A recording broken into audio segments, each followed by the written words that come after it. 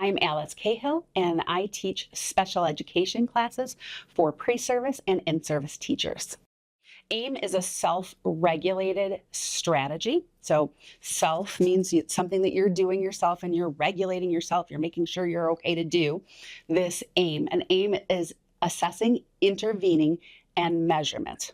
So my students do a physical activity. We call it a dance, but they get up and they do a physical activity because that stimulates not only the cerebellum, but it also the hippocampus. So it activates both of those pieces. So one is for movement and one is for memory. And we all know that the more of those brain things that you can activate, the better you remember things. So students do this because they're going to be special education teachers and they need to remember the process of how to identify and qualify a student with special needs. There's a very specific list of things that they need to do, and the AIM helps them remember that by adding movement to their memory.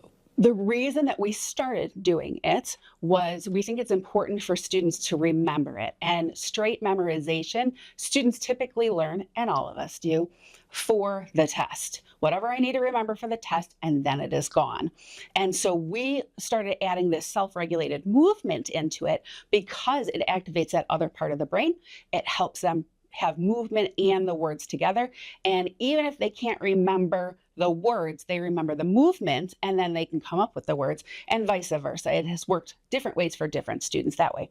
But it's important to get them moving. It's important to get them up. It's important to get them involved in their learning.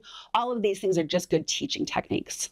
We aim to shatter preconceptions and biases, assess how to diagnose the problem, define the variable to measure, determine current performance using protocol, procedural fidelity, data recording, data analysis in order to goal it, match it, plan it, do it, using a framework how to individualize, intensify, specialize, to measure progress by protocol, procedural fidelity, data recording, data analysis, by reviewing and revising if necessary.